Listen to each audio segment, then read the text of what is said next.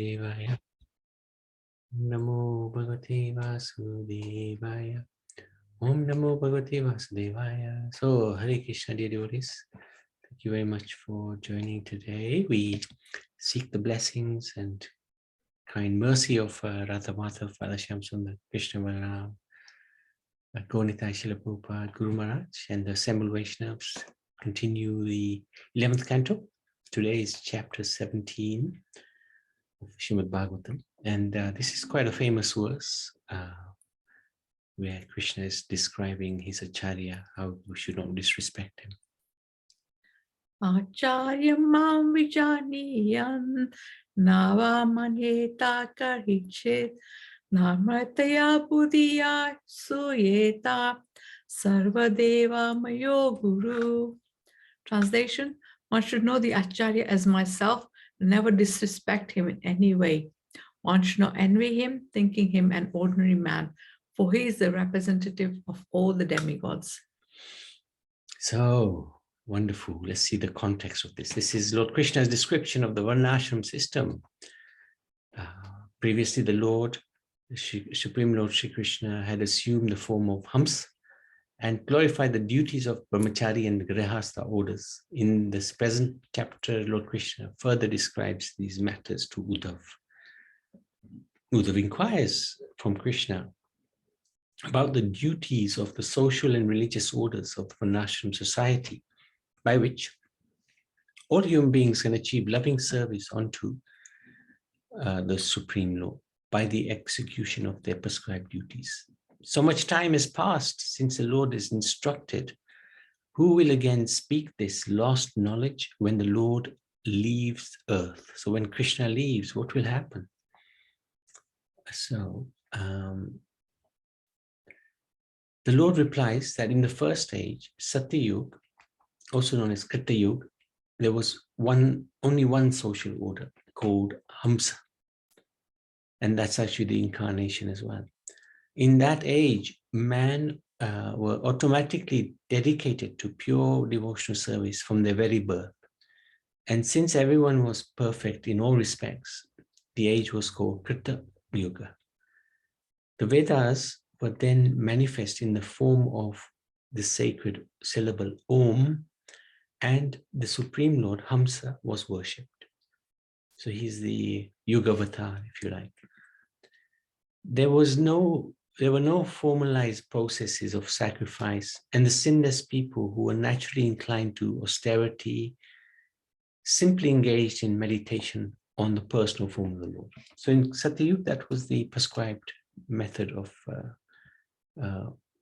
attaining the Supreme Lord.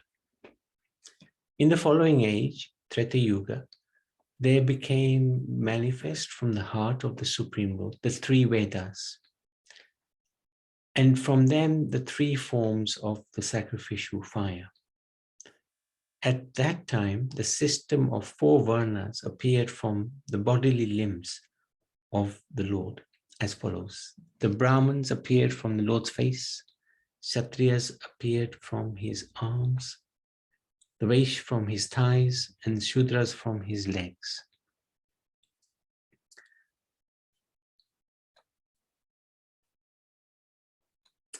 The social divisions of human society, they appeared as follows. So this is the Varna, and then the ashrams. So Varna is the social system, the Varnas is the social system, and the spiritual order is the next bit we're talking about. The married order of life appeared from the loins of his universal form. So that's the Grihasthas. The celibate students, Brahmacharis, came from his heart. The forest-dwelling retired order, Vanaprastha of life, appeared from his chest. And the renounced order of life was situated within the head of his universal form. So this is the Varnashram. Varnashram prescribes material and spiritual duties for different members of society. So this is the Varna, and this is the social order, how society can be organized in a systematic manner. And then we have the spiritual orders, the ashrams, the different ashrams. According whichever ashram one is in, and one follows the duties pertaining to those in a spiritual sense. Qualities of the four classes. The natural qualities of the people in the four classes, the varnas, the social classes. So we're not talking about spiritual classes.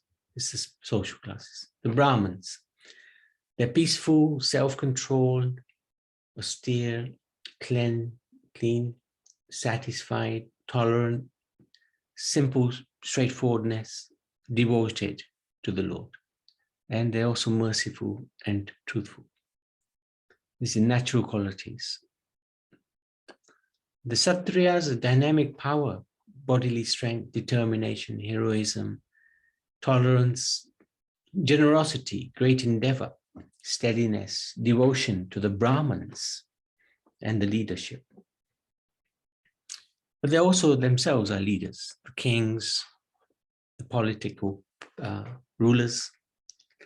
Vaish, they have faith in the Vedic civilization. They're dedicated to charity. They give charity. They're free from hypocrisy. They serve the Brahmins and perpetually desire to accumulate more money.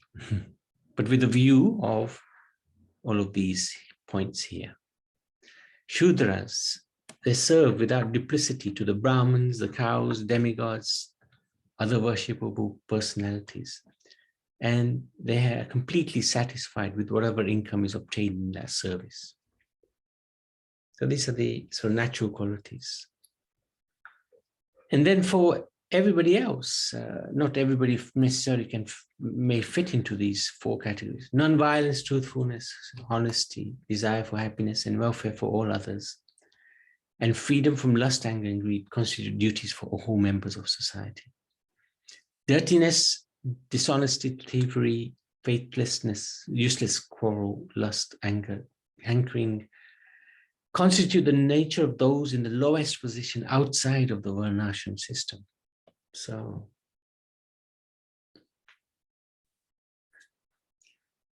if a person's qualities don't allow him to fit into here, then he's going to be outside of this system. And then there's discussion about the spiritual orders. The members of the higher orders are qualified to accept second birth. So that's the Vaishya, Kshatriya, and Brahmins. They can take second birth, second initiation, basically, Gayatri Mantra.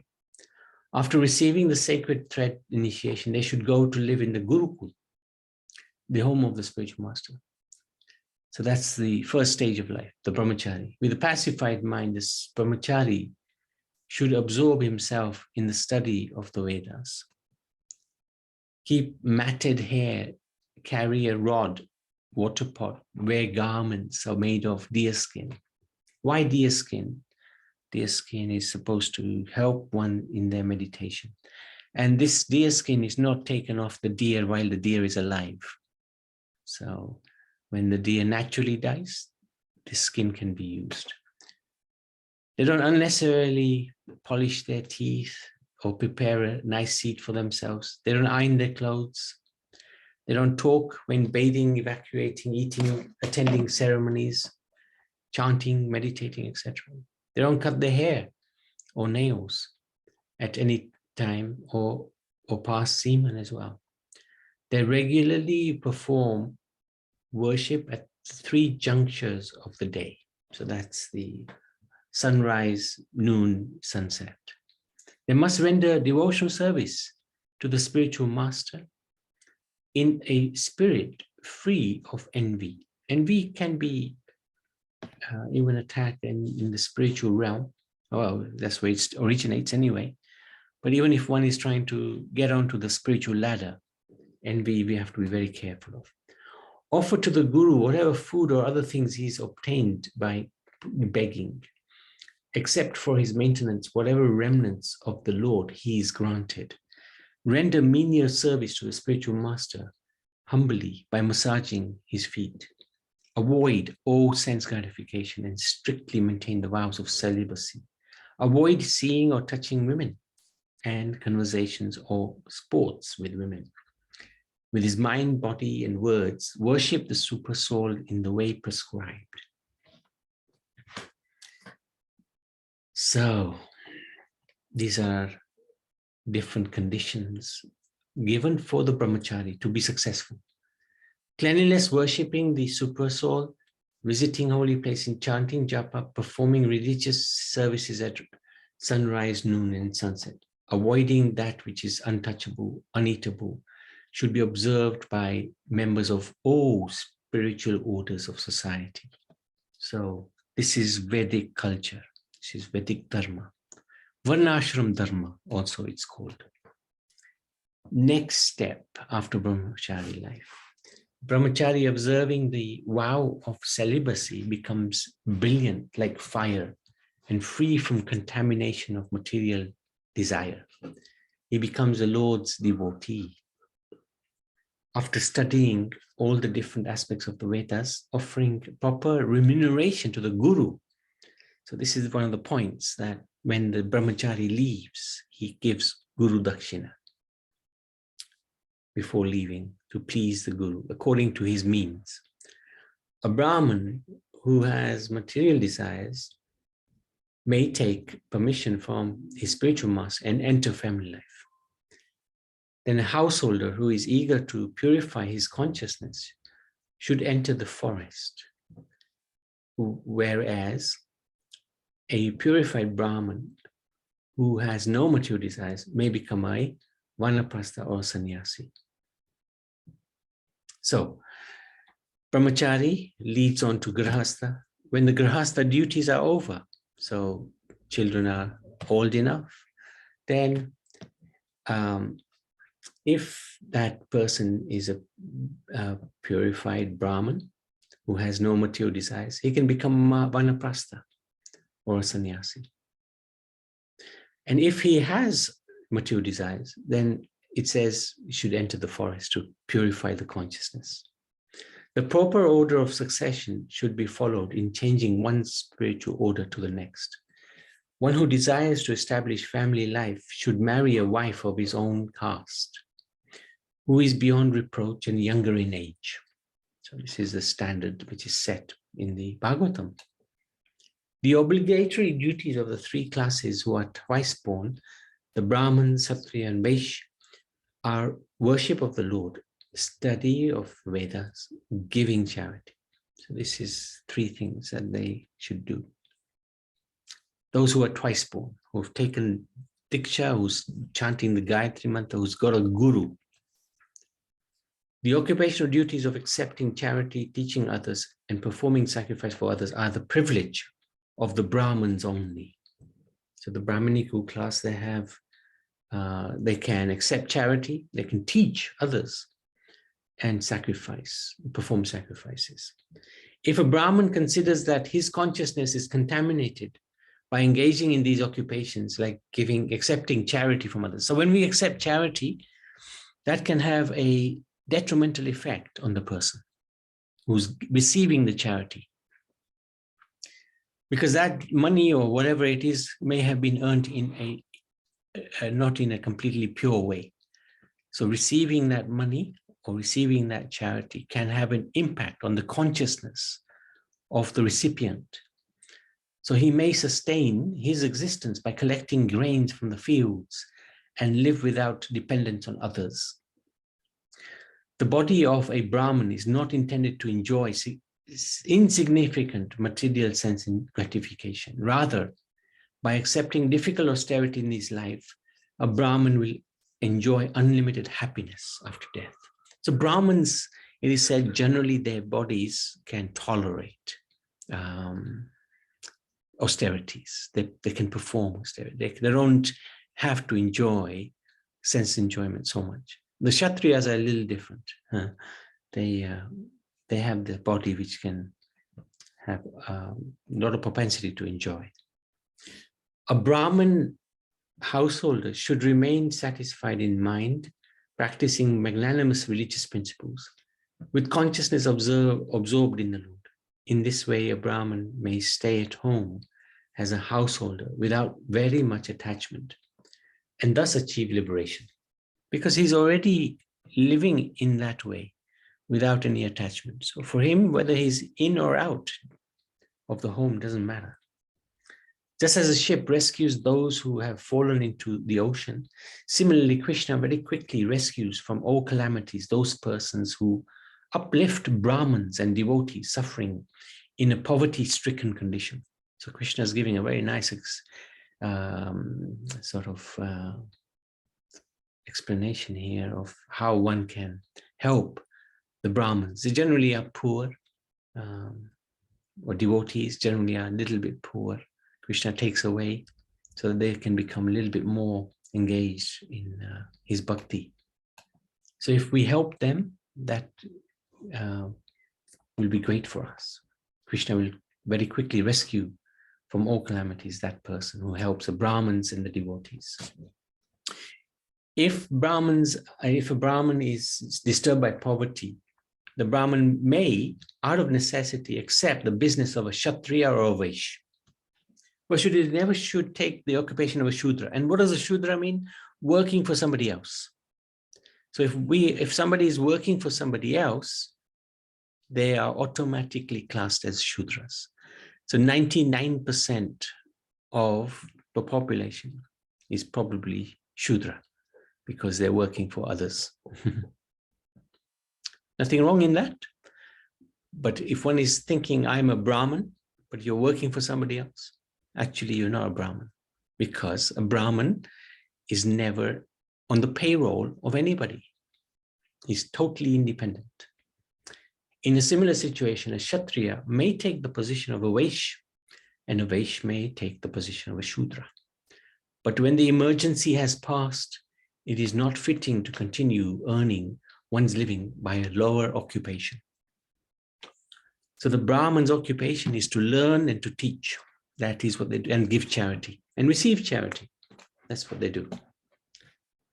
A Brahman who is properly fixed in his personal duty rejects all insignificant material desires, always serves the Vaishnavas, and is under the protection of the Supreme Personality of Godhead. The householder should study the Vedas every day and maintain his dependence with money honestly earned by his own occupation. Should not become materially attached to the family, nor should he become mentally unbalanced, considering himself to be the Lord. So, shouldn't think that he's so powerful that he's become God. The association of children, wife, relatives, and friends is just like the brief meeting of travelers. With every change of body, one is separated from all such associates, just as one loses the objects one possesses in a dream when the dream is over. So if we're thinking, this is my wife, this is my child, and I will always have them as my wife and children, well, that's an illusion. We are under illusion. That is a big illusion. But if we're thinking that my children and my wife and my husband, they're in my care, if you like. Krishna has put them in my care for some time, and I will try to do my best to have a spiritual consciousness and to bring them up in that spiritual consciousness. That's good. Then there's an understanding that we are not going to be always connected, but we are connected, but through the Supreme Lord. That's the connection. And if we think like that, then that is actually the spiritual consciousness, that I have a family and they are with me temporarily. The Lord has given me this facility where I can associate with them, and together we come closer to the Supreme Lord.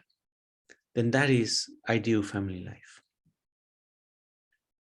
But if we're thinking, this is my family and they will always be my family, and I will do everything just for them, give no regard to anybody else, then we are attached and we have a problem.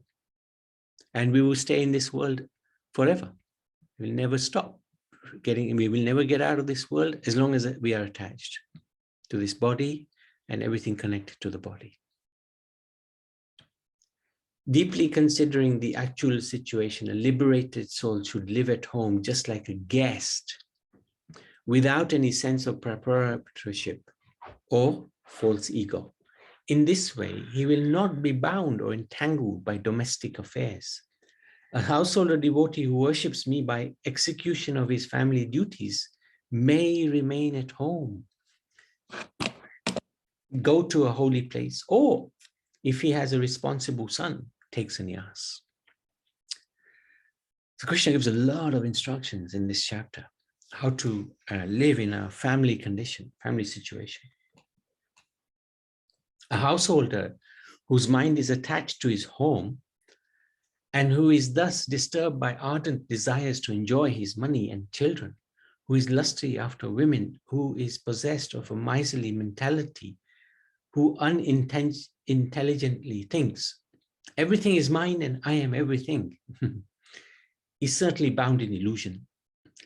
Oh, my poor elderly parents and my wife with a mere infant in her arms, and my other young children. Without me, they have absolutely no one to protect them and will suffer unbearably. How can my poor relatives possibly live without me? Thus, because of this foolish mentality, a householder whose heart is overwhelmed by family attachment is never satisfied. Constantly meditating on his relatives, he dies and enters into darkness of ignorance. The problem is, yes, when we have young children, it is important to obviously conduct one's duty and bring them up in a way which is conducive to Krishna consciousness.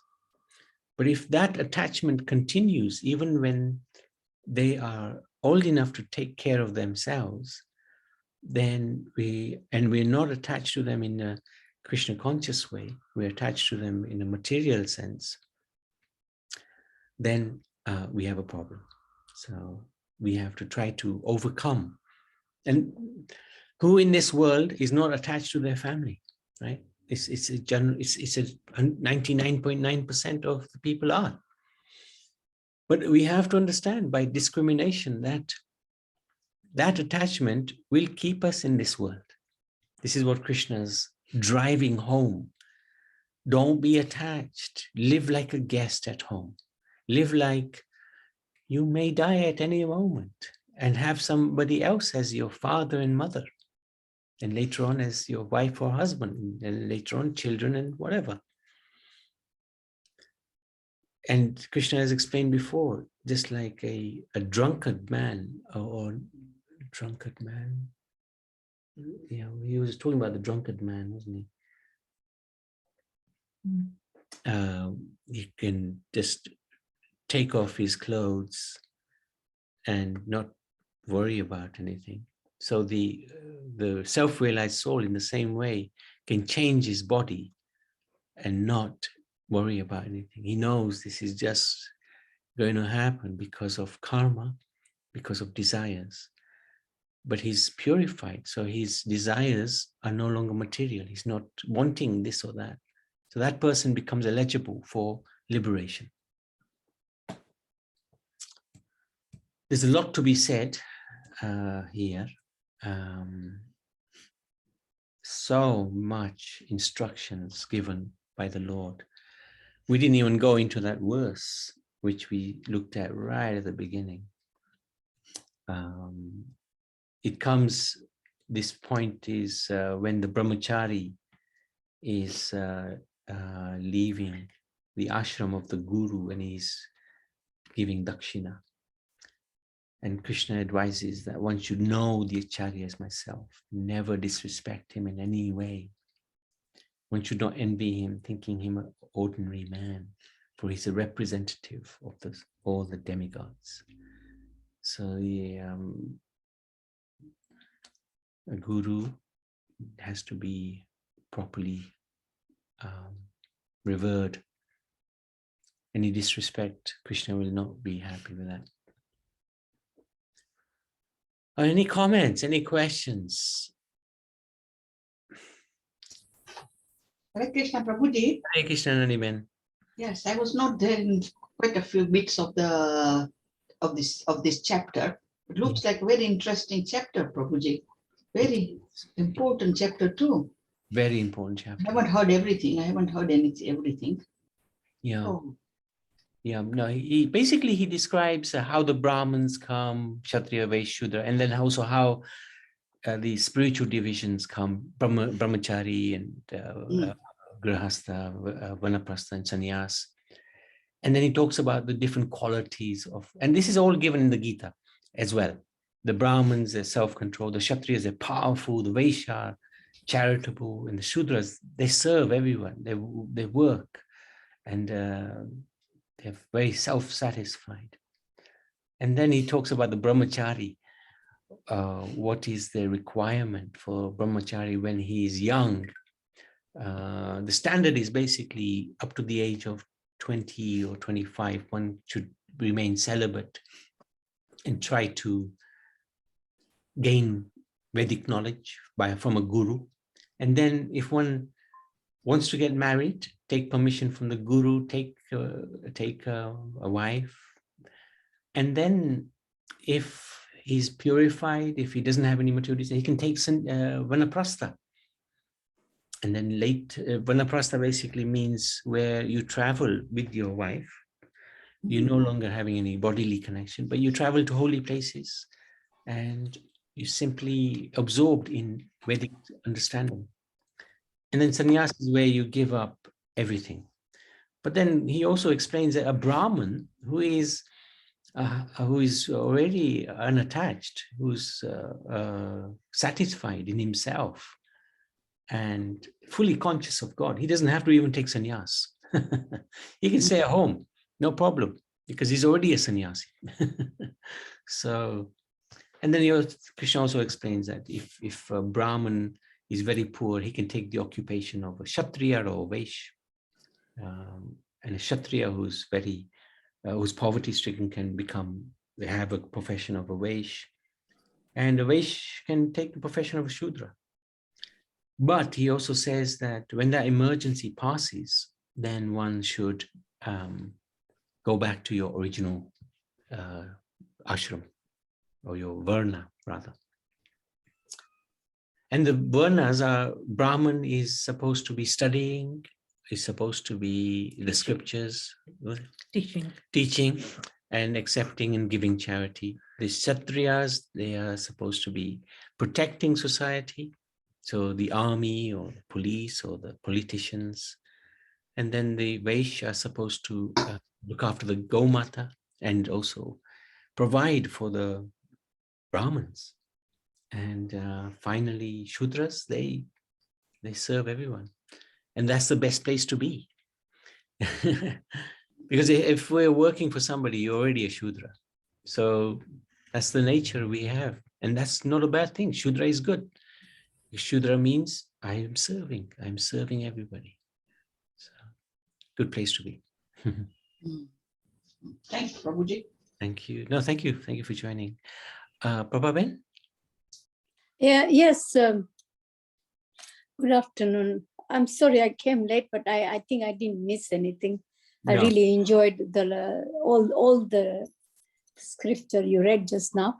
When you said Sudra, you won't believe this, but we have got a surname Sudra. I know you have, but you actually Brahman. If you like caste, yeah. I don't like using the caste. No caste. You have a Brahmin culture, no? Community. Culture. Yeah. And when you said Sudra, they work, which is good. Something else also.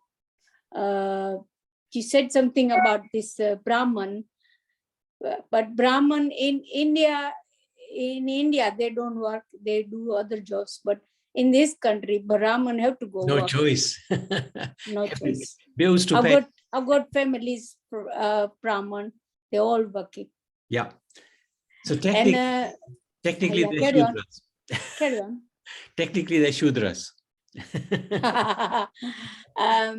Because a and Brahman the doesn't third, work for anybody. A Brahman, he is completely independent. If you're working for somebody, it means you are in their payroll, you are in their pocket. But a Brahman, he can speak his mind. He can tell the king, you are wrong, because he is not in the pocket of the king. He's independent. This is the amazing thing about the Brahmins. and the third thing, we are attached to everybody, and it's very difficult to come Very out from it, because you said here that when we live, when even living in our home, Yeah. we have to live as this is not Guest. our house. Yeah, a guest. Yes. And this is what I say to myself every day. I'm doing my job, everything I'm cleaning. I'm always thinking, this is not my house, it's God's house, and I'm cleaning for him. Good. It's just inside me coming this sort of things all the time. And I'm glad that whatever I'm doing, I'm just thinking this is Krishna's house and I'm doing for him. Mm. It's not mine. When you say you get attached to everything, your family, your friends, but in the end, you know that they're not going to come with you. You will go on your own. Mm. Very nice. And I have, it is nature that we keep the attachment to them, but try not to keep too much. Yeah. Yeah, you don't want to seem heartless. Oh, no. That's right. No. Yeah. I love everyone anyway. Yeah. All my family. And the thing, you're absolutely right. If you put Krishna in the center of everything you do, everything revolves around Krishna, then, automatically, it's like Jayanti, she's cleaning the house. And why is she cleaning the house? She's doing it for Krishna. It's amazing. Yeah, that's what I think all the time. Cooking for Krishna. Krishna. It's a good mentality to have. Yeah, even serving the food, I'm just thinking, the food is made for Krishna, and now everybody's having it. Yes, good. It's just the vibration comes good, Yeah. Which is Then nice. I've really enjoyed today. I know I'm always a bit late, but very nice. Thank But you. also the thing is, if you do this, it almost becomes automatic. When the Lord is in the center, then even any attachment you have for your family, the Lord will remove that attachment. Somehow he will make the condition happen that the attachment disappears. Disappears, yeah. Don't worry. Thank you. Do what you're doing. Yeah. It's very Yeah, I good. will. Thank you. Good. Okay. Thank you. So, anybody else? Anything else? Okay, Srimad Bhagavatam ki jai.